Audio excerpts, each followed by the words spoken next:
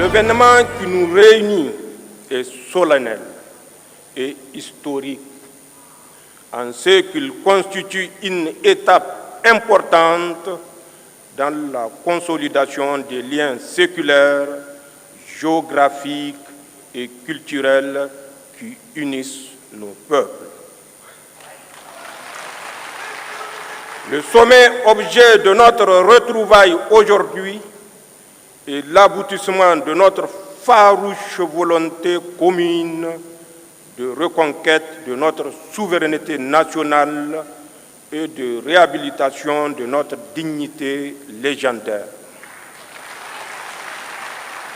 Il se situe dans la droite ligne de l'adoption le 16 septembre 2023 de la charte du Liptako-Gourma instituant l'Alliance des États du Sahel.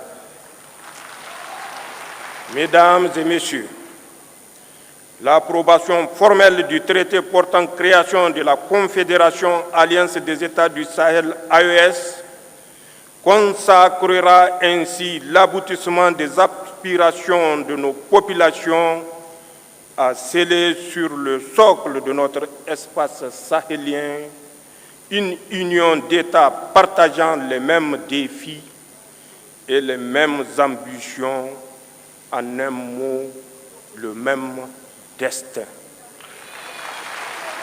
En effet, la formation de l'Alliance des États du Sahel a déjà permis d'édifier autour du Burkina Faso, du Mali et du Niger une coalition solide basée sur une architecture de défense commune et une mutualisation des moyens nourris par une solidarité fusionnelle à l'image de celle manifestée par les autorités et les peuples du Burkina et du Mali face à l'agression armée projetée par la CEDEAO contre le Niger.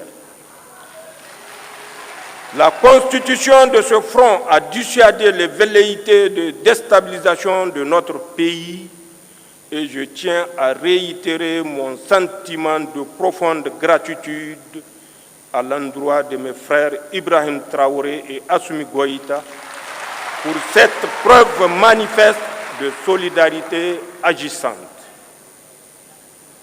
Mon pays vous rend un vibrant hommage pour cette prise de position.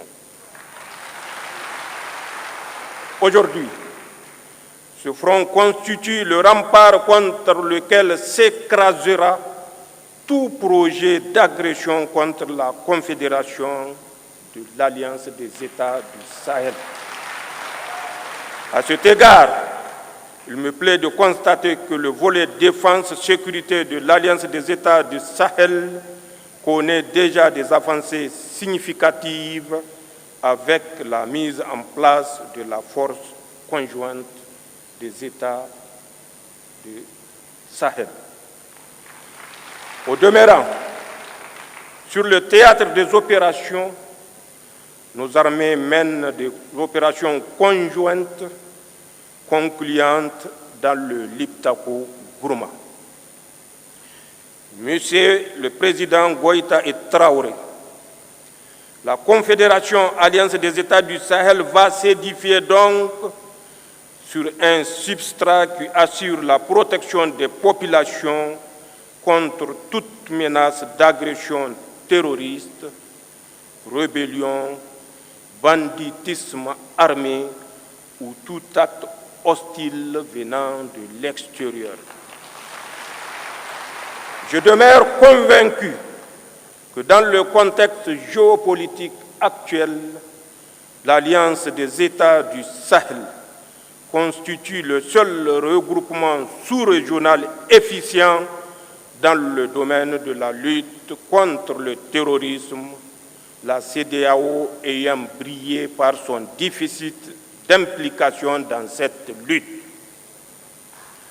De ce fait, l'Alliance des États du Sahel seule nous permet de faire face aux menaces terroristes comme aucune autre structure régionale ou internationale ne l'a fait auparavant.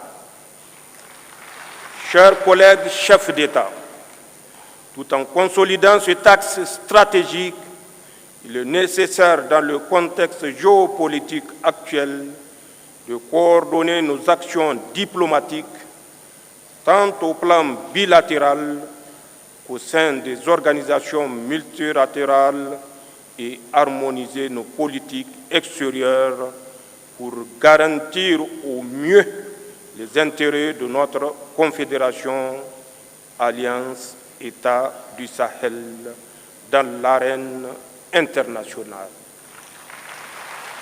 D'ores et déjà, des succès diplomatiques significatifs sont enregistrés, comme en témoigne le retour en force de nos États sur l'échiquier international, la reprise de la coopération avec les partenaires bilatéraux et multilatéraux, ainsi que la conclusion des partenariats stratégiques nouveaux. Concernant l'axe développement, il est urgent de créer les conditions d'une véritable sécurité alimentaire dans les pays de l'Alliance et mettre en place le dispositif économique, financier et monétaire nécessaire au financement du développement et à l'investissement productif dans l'espace des États de l'Alliance. L'essor économique de nos États réside également dans l'industrialisation en vue de la transformation sur place de nos produits et de nos richesses en ressources naturelles.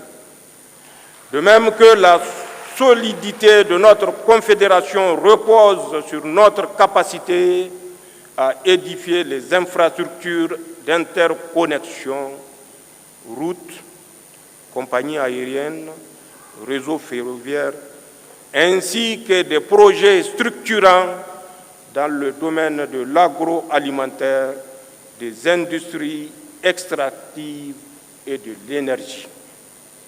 Dans cette marche, nos populations sont en avance sur les États.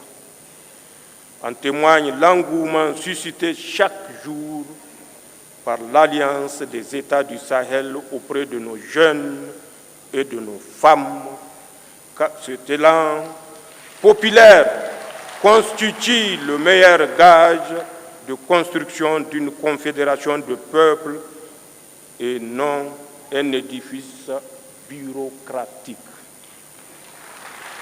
Chers collègues chefs d'État, nos délibérations permettront assurément d'adopter l'armature juridique et institutionnelle permettant de donner corps et identité à la Confédération Alliance des États du Sahel.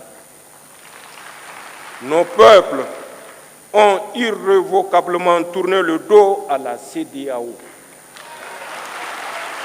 Il nous appartient aujourd'hui de faire la Confédération Alliance des États du Sahel, une alternative à tout regroupement régional factice en construisant une communauté souveraine des peuples, une communauté éloignée de la mainmise des puissances étrangères, une communauté de paix, de solidarité, de prospérité basée sur nos valeurs africaines. Les hauts fonctionnaires et les ministres des Affaires étrangères ayant finalisé et adopté le projet de traité, c'est avec un réel plaisir que je marque mon accord solennel à la création de la Confédération Alliance des États du Sahel. J'approuve également le projet de règlement intérieur du Collège des chefs d'État de la Confédération Alliance des États du Sahel. Le Niger, par ma voix, s'engage à œuvrer inlassablement à la bonne marche de notre Confédération. C'est sur ces notes d'engagement et d'espoir que je déclare ouvert le premier sommet des chefs d'État de l'Alliance des États du Sahel.